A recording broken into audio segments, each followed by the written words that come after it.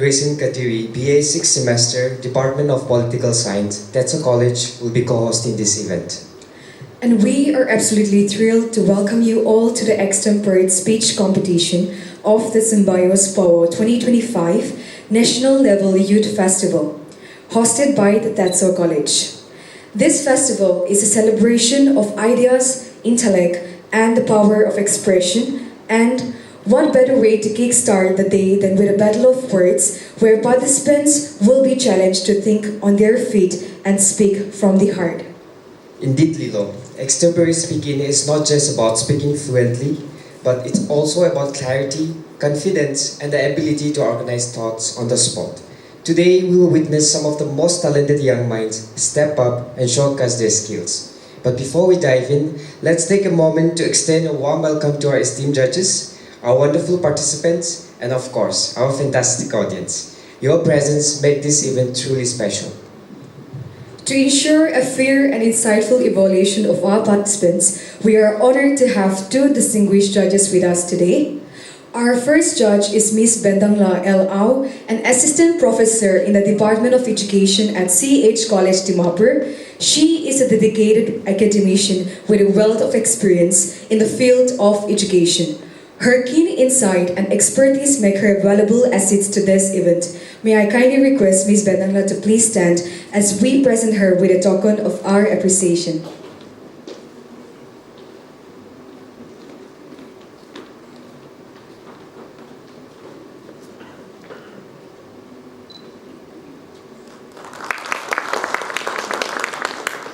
Our second judge is Mr. Imnamirin Jamir, an assistant teacher at Pilgrim Higher Secondary School, Dimapur, known for his commitment to nurturing young minds and his passion for public speaking. Mr. Imnamirin brings a unique perspective and a critical eye to this competition. May I request Mr. Imnamirin to kindly stand as we present him with a token of our appreciation.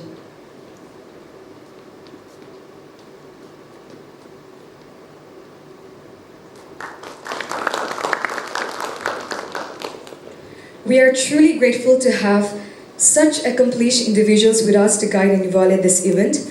Please join me in giving a warm round of applause to welcome our judges. As we proceed with the extempore speech event, I would now like to invite all our participants to kindly come forward and take their designated seats on the stage. Thank you, participants. With everyone ready, I would like to brief the rules and the judging criteria to ensure a smooth and fair competition. 1. Each participant will be only allowed to pick a topic once. 2. A participant may choose to change their topic by picking a new cheat, though this will result in negative marking of 5 points. 3. There will be 20 seconds to prepare their speech, 3 minutes to deliver their speech, and a warning bell will be rung at 2.5 minutes. 4. Participants will be judged on the following criteria: clarity of thought, logical organization, sincerity, effective use of plain English, gestures, eye contact, voice projection, facial expressions, enthusiasm, idea presented, and the delivery of worthwhile messages. In the event of a tie, the winner will be decided by the panel of judges through mutual discussion. Please note that there will be only a single round for this competition. 5. Exceeding the time limit and use of paper materials and phone may lead to disqualification. Remember, active listening is as crucial as effective speaking. Let's give our undivided attention to each participant to ensure that they can focus entirely on their speech. With that, let's move on to the most exciting part of the event, the competition itself. The topics have been carefully selected to challenge your intellect and creativity. Participants will deliver the speeches in the order of the assigned serial numbers. Before you begin, kindly introduce yourself clearly, your name, your semester, your department, and the college and institution you're representing. Once you've introduced yourself, you will pick a topic from the list and the clock will start for your speech. Let your ideas flow and shine brightly in front of your peers. And best of luck to all participants. May the best speaker win. Let us begin with serial number 1. A very good morning to one and all sitting over here. respected panel of judges, my fellow competitors, and to all the audience sitting over here. My name is Asila Kiro from 6th semester English department representing JNIU College. The topic which I pick is the role of youth in building a better society. The role of youth in building a better society is one of the most crucial things that we will be talking about today. It's a very common topic which we get to hear from now and then, but there is always a certain question. What is the role of the youth? And who are the youths? And why is it crucial in building a better society? Well, let me tell you in simple terms. We are the youths because it is our time right now so that we can shape the society in a better world. And every individual contribution is important because as we grow up in a different manner, as we tend to explore more, we got to contribute it in a society from one phase to another. Because it is said that a little drop of water makes a mighty ocean, and in order to make the mighty ocean, one step is required. Today I'm standing over here only just as a competitor, but who knows, if I get to improve myself better and better, one day I might not be standing only as a student representing JNIU College, but I might be somewhere out there representing my Naga society as a whole. And it might not be in terms of competition, but I might be speaking there as someone fighting or as someone reflecting and showcasing what a true Naga is. And that's what it is. Well, it's not only that I have to be a good speaker in order to contribute. We can contribute in every small things, be it in political sphere, be it in education sphere, or in any traditional sphere. Because right now, the most concern about is the loss of culture and tradition. As we grow up, we tend to be more indulged in other foreign cultures, Korean cultures, and etc. But if we tend to showcase more about our traditional dresses or attires or through representing various cultures of us, we will be developing our not only Naga society but also as an individual tribalism. Today I'm not going to raise about tribalism, but I'm giving such small examples so that I can say that each individual sitting over here is a part of the youth, and that whatever we do, whatever we strive for, if we take the step consciously and if we know where we are going, everything what we do today will help in building a better society. Thank you.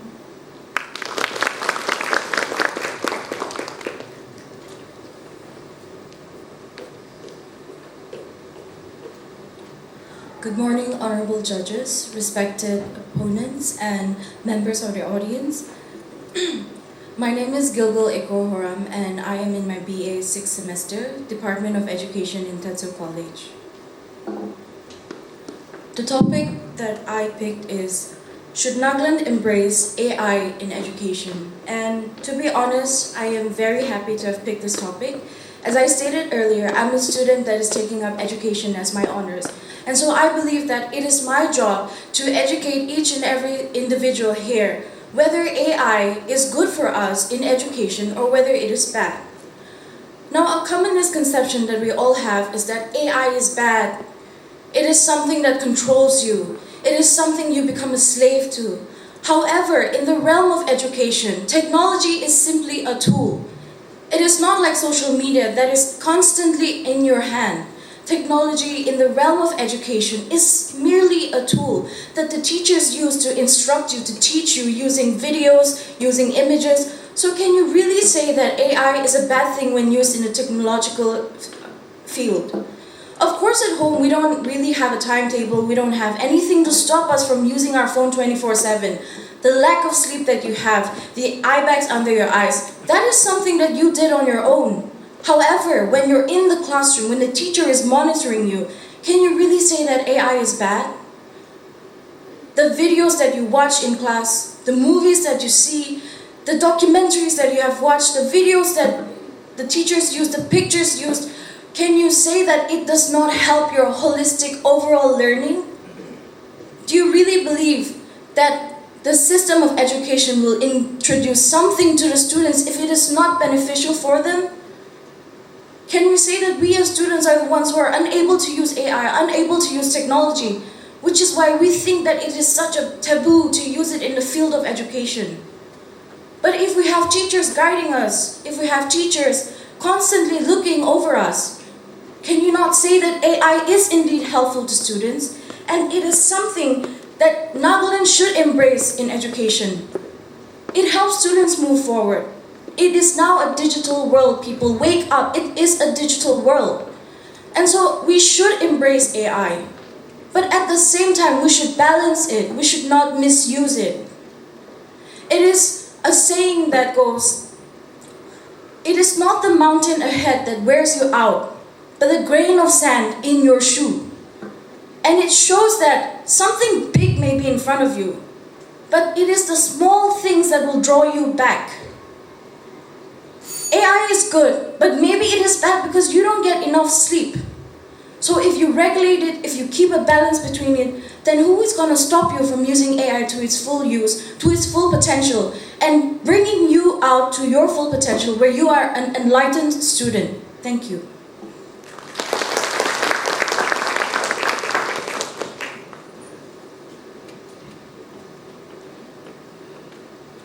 A very good morning, respected judges, teachers, all my fellow competitors, and everyone present here. My name is Vilez Odino, and I am from Patkai Christian College, BE second semester. So, my topic is, if animals could talk, what would be the first thing I'd ask them? So, a lot of here people are, pet lovers, but a lot of times we think that pets understand us, the way we mew at them, the way we bark at them.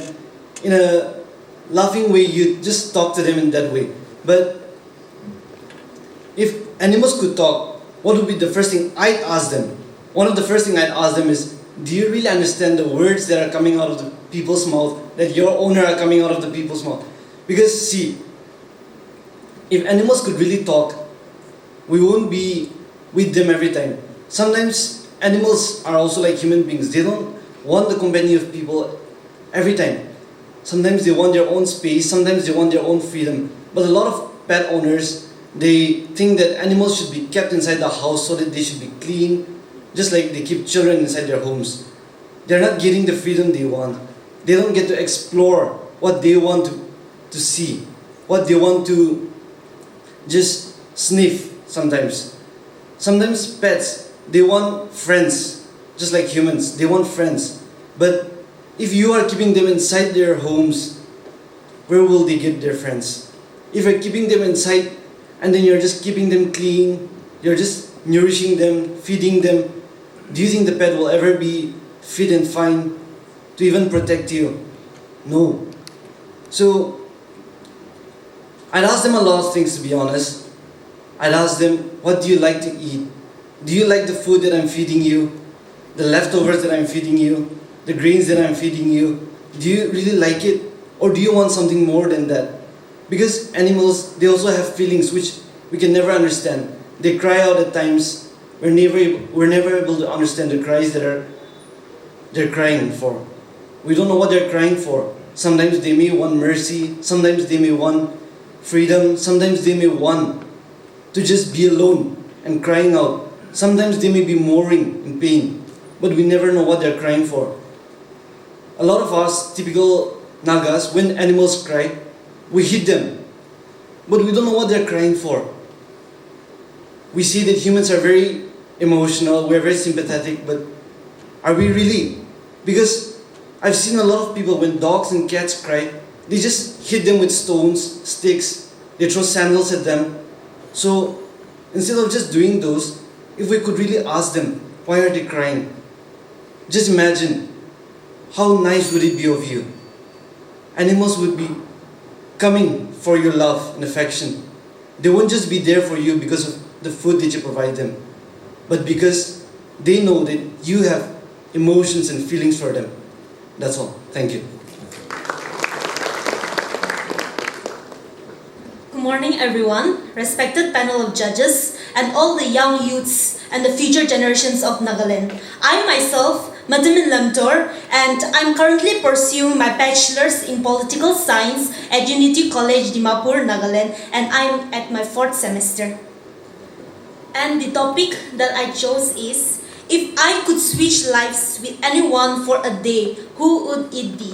Actually, this is a really interesting topic. And then, if I could choose the life that I would choose will be the life of those who make the constitution, who makes the laws for our India.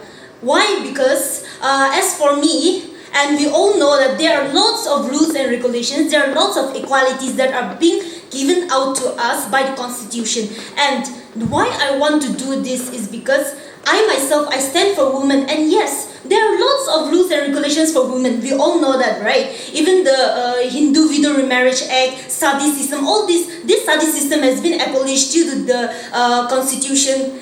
They were able to, they saw the struggle of the woman. But now, the main thing here is that, do we see the struggle of the men?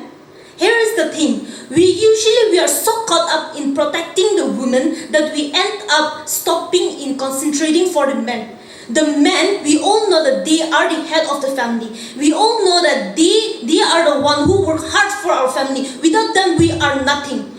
We women are usually very sensitive and very emotional. But men, they stand for us, So don't you think that it's not only women that has to be protected, but also the men. Therefore, I will not only concentrate in giving out rules and regulations or giving out fundamental rights only for women, only for the protection of women, but also for the protection of men. Because at the end of the day, it's the men that's gonna protect us. The feminists, they say that we women are strong, we need equality. But during the rape case and everything, are we women, we are able to protect ourselves? No, we are not able to. If we women are able to protect against men, then there would be no rape case. I'm telling you, there will be no rape case. But here, there is difference between men and women. And usually, as I said, we, India, we are so caught up in protecting the women. Of course, the situation itself makes it in that way. But don't you think that it's time for us to even think for men? The man, the one that is going to lead us, the one that we live under as shelter at home.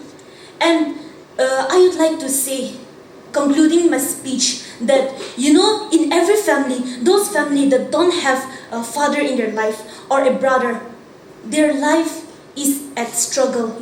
Their house shakes because when the storm comes, when there is lots of problems, the house shakes like anything because there is no one that's standing tall. Therefore, if I could choose a life, I would choose the life of the people who make laws so that I can not only protect women but also protect men. Thank you.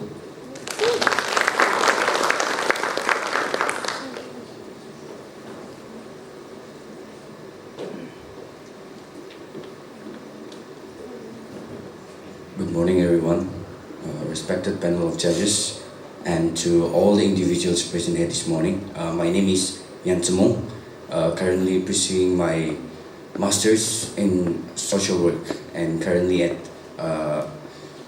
MSW 4th semester. Thank you. This morning, the topic I have picked is the one thing I would never give up. Let me repeat again. The one thing that I would never give up. So,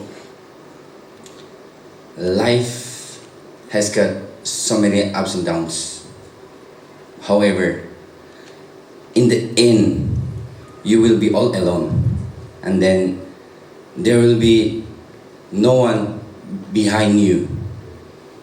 So, the one thing I would never give up is helping somebody. And then the reason also, and as a student of social work, from the background of social work student, helping people becomes one of the core priority.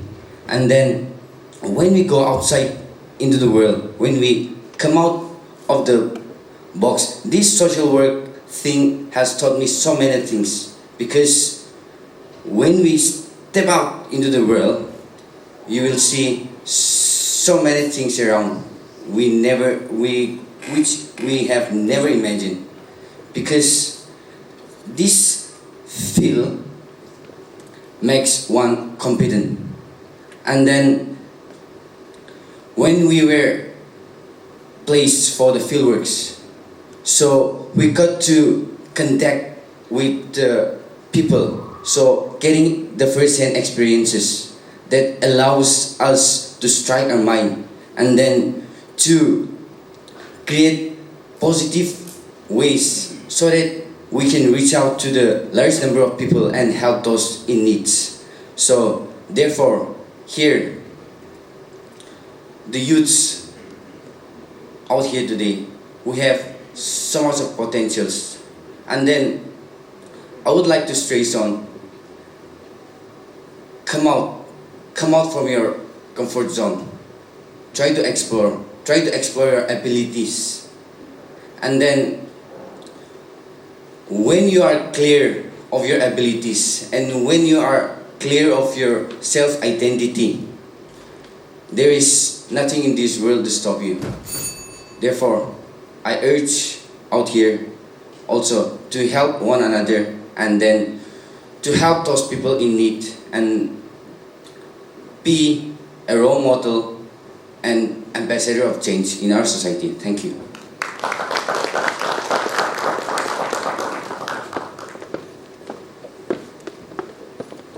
Very good morning to you all, respected panel of judges, the host, my fellow competitors, and lastly, my dear audience. My name is Iloka G. Shohei, currently pursuing my BA in Political Science, and I'm representing Norman Butcher College. So the topic which I got is my dream job and why I want it. Now everybody here, we have a dream, and then there's a dream which we all wish to achieve. So my dream is to become a successful entrepreneur and a successful businessman. Why do I want it?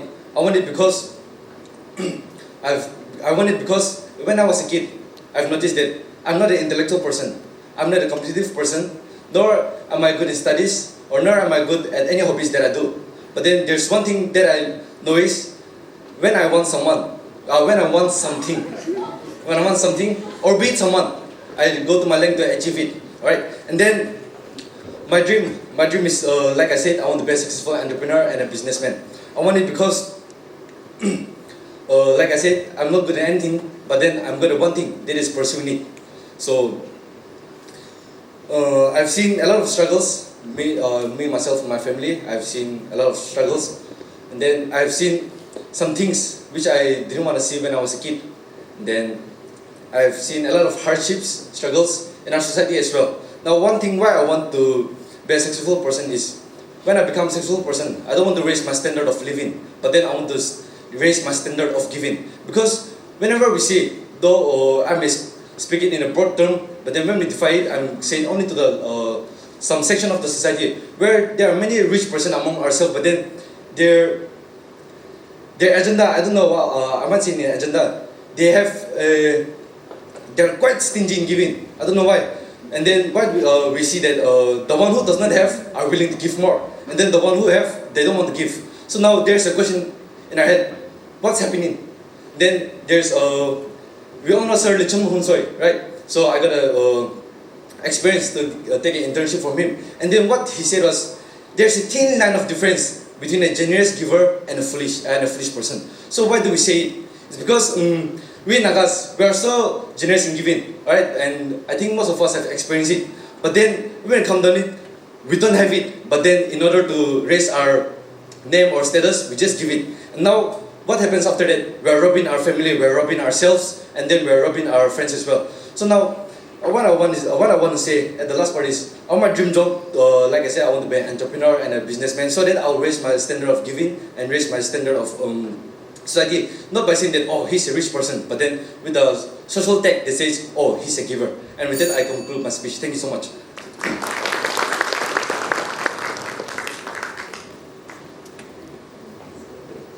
Hello, good morning everyone. Respected our panel of judges, our host, my fellow competitors, and everyone present here. Well, my name is Savala Samdam, and I am from BS second semester, Department of History. Thank you. Well, my topic to discuss today is the most memorable gift I've ever received. It's such a quite interesting topic. Well, the most memorable gift I've ever received is gift of life that God has given us. Well, I would never ask for more if I would ever ask for more if I have this life. I'm so thankful that I got this life. When we see many of the people, they are born, but also they are not living a good life. But when it comes to me personally, I got a life. After God has placed me with this beautiful life, I also got so many beautiful gifts. So the most memorable gift will be the gift of life, experiencing new things, lots of love from people. Thank you.